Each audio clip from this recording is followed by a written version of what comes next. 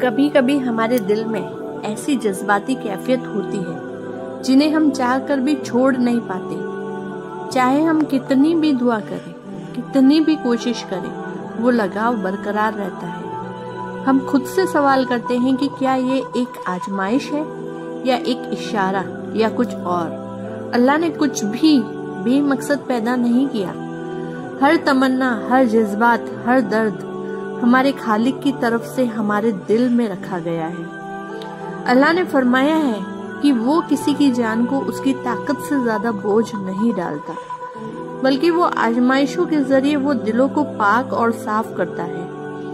آپ کی یہ کیفیت بے مقصد نہیں ہے، یہ ایک راستہ ہے، ایک سبق ہے جو آپ کو اللہ کے قریب لانے کے لیے ہے.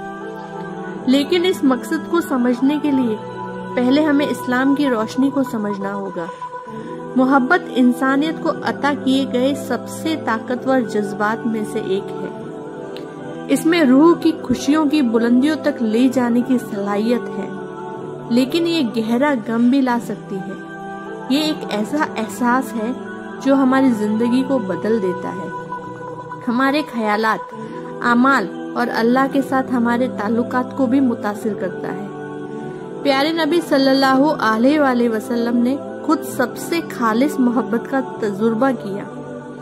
آپ نے بیوی خدیجہ سے سچی محبت کی جو سچائی، وفاداری اور اعتبار سے بھری ہوئی تھی.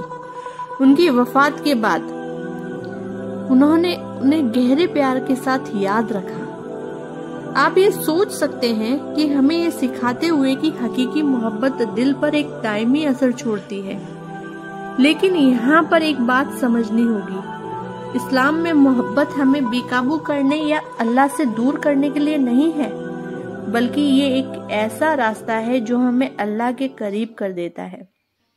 اللہ تعالیٰ قرآن میں فرماتا ہے، اور اس کی نشانیوں میں سے یہ ہے اس نے تمہارے لیے تمہارے ہی جن سے جوڑے پیدا کیے تاکہ تم ان سے سکون حاصل کرو، اور اس نے درمیان محبت اور رحمت رکھ دی. سوچئے یہ آیت کیا کہہ رہی ہے. حقیقی محبت سکون بخشتی ہے، دل اور ذہن کو مطمئن کرتی ہے اور ایمان کو مضبوط کرتی ہے. لیکن اگر محبت درد لاتی ہے، بے چینی لاتی ہے، نہ ختم ہونے والی تڑپ لاتی ہے، تو یہ خالص صورت میں محبت نہیں ہے. شاید یہ ایک آزمائش ہے، شاید یہ ایک امتحان ہے جو آپ کے دل کو اللہ کی طرف دوبارہ متوجہ کرنے کے لیے ہے. اب آپ سوال یہ ہے کہ اس صورتحال میں اللہ آپ سے کیا چاہتا ہے. آپ کے صبر اور بھروسے کی آزمائش. جب آپ کسی سے گہری محبت کرتے ہیں لیکن وہ محبت مکمل نہیں ہوتی تو یہ صبر کی آزمائش ہے. کیا آپ اپنی خواہشات سے زیادہ اللہ پر بھروسہ کرتے ہیں؟